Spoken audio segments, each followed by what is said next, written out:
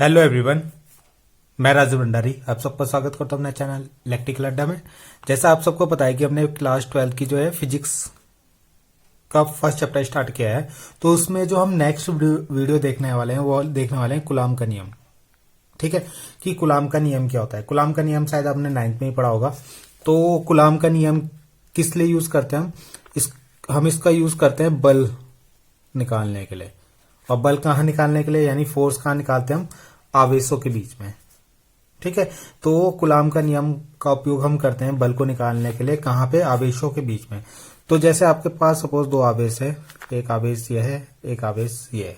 ठीक है, एक आवेश आपके पास Q1 है, एक आवेश आपके पास Q2 है।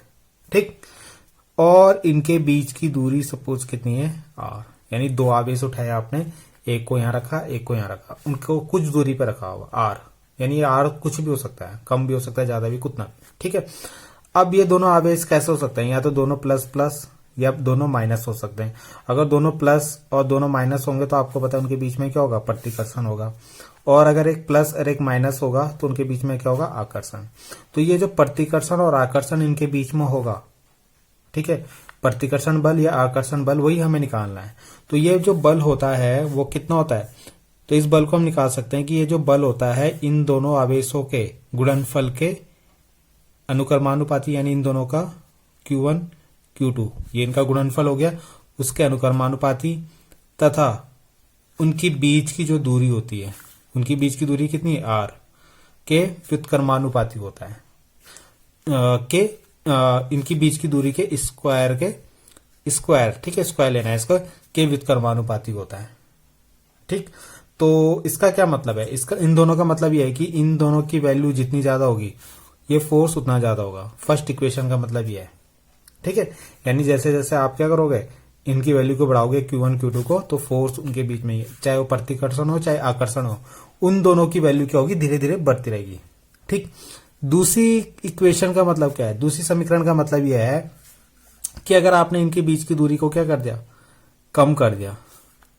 ठीक है, अगर इनके बीच की दूरी को कम कर दिया तो फोर्स यहां पे क्या हो जाएगा, बढ़ जाएगा आपका। ठीक है, क्या, फोर्स डबल हो जाएगा। अगर आपने हाफ किया तो फोर्स डबल हो जाएगा।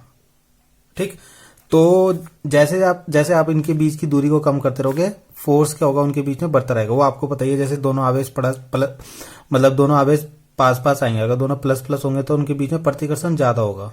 ठीक है, और अगर दोनों एक प्लस एक माइनस है तो उनके बीच में आकर्षण ज्यादा होगा। तो जितने पास आएंगे उतना ज्यादा आकर्षण या प्रतिकर्षण होगा, वो आपको यहाँ पे समझ में भी आ रहा होगा।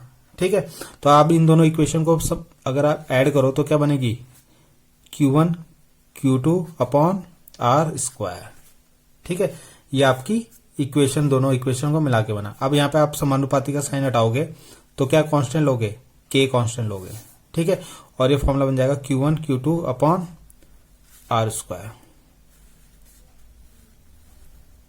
ठीक है, तो इतना भी आप इसको ले सकते हो। ठीक, मगर यहाँ पे आप K की वैल्यू अगर पुट करना चाहोगे तो K की वैल्यू कितनी होती है, जो K आपने कांस्टेंट लिया उसकी वैल्यू होती है 1/4 पाई एप्सिलॉन। ठीक है, तो ये वैल्यू आप रखो तो यहाँ पे बन जाएगा 1/4 epsilon Q1 Q2 upon R square. तो यही कूलाम्स लॉ का जो फोर्स है उसका फॉर्मूला है। ठीक है, अब यहाँ पे क्या है, ये जो एप्सिलॉन आप ले रहे हो ना, ये होता है माध्यम की वैद्युतशीलता, माध्यम की वैद्युतशीलता। ठीक है, अगर माध्यम की वैद्युतशीलता पूछा है तो इतना फॉर्मूला लगाओगे। और अगर निर्वात या वायु की वैद्युतशीलता पूछेगा, वैद्युतशीलता मतलब इनके बीच में जो मीडियम है, ठीक है, यहाँ पे इन दोनों के बीच में आपकी वायु है या कोई दूसरा मीडियम है, माध्यम है, तो अगर कोई दूसरा माध्यम है तो वहां पे एप्सिलॉन आएगा। और अगर इनके बीच में वायु है यहाँ पे तो क्या हो जाएगा, तो आपका माध्यम और वायु की वैद्युतशीलता के बीच में एक संबंध होता है, K इक्वल टू होता है E upon epsilon not. Epsilon not होता है आपका वायु की वैद्युतशीलता। ठीक है, तो यहां से एप्सिलॉन की वैल्यू कितनी आएगी, तो एप्सिलॉन की वैल्यू जो आएगी वो K एप्सिलॉन नॉट आएगी। ठीक है, ये माध्यम की वैद्युतशीलता हो गई, ये वायु या निर्वात की वैद्युतशीलता। ठीक, तो यहां से E की वैल्यू निकालोगे तो K एप्सिलॉन नॉट होगा, तो ये वैल्यू भी आप यहां पर रख सकते हो। तो फोर्स का फॉर्मूला क्या बन जाएगा, 1/4 पाई एप्सिलॉन की वैल्यू हो जाएगी K epsilon not Q1 Q2 upon R square. ठीक है, ये फॉर्मूला हो गया। तो अगर इस यहाँ पे के वायु के लिए K की वैल्यू कितनी होती है, 1, किसके लिए, वायु के लिए। तो ये फॉर्मूला बन जाएगा F इक्वल टू, एक मिनट आपको दिख नहीं रहा, तो ये बन जाएगा 1/4 pi epsilon not Q1 Q2 upon R square. तो ये आपका फॉर्मूला मेन हो गया। ठीक है, और 1/4 पाई एप्सिलॉन नॉट की वैल्यू कितनी होती है, तो इसकी वैल्यू होती है 9 इंटू 10⁹। ठीक है, न्यूटन मीटर स्क्वायर पर सेंटीमीटर स्क्वायर। तो ये 1/4 पाई एप्सिलॉन नॉट की वैल्यू होती है। ठीक है, जो न्यूमेरिकल में आपके काम आएगी।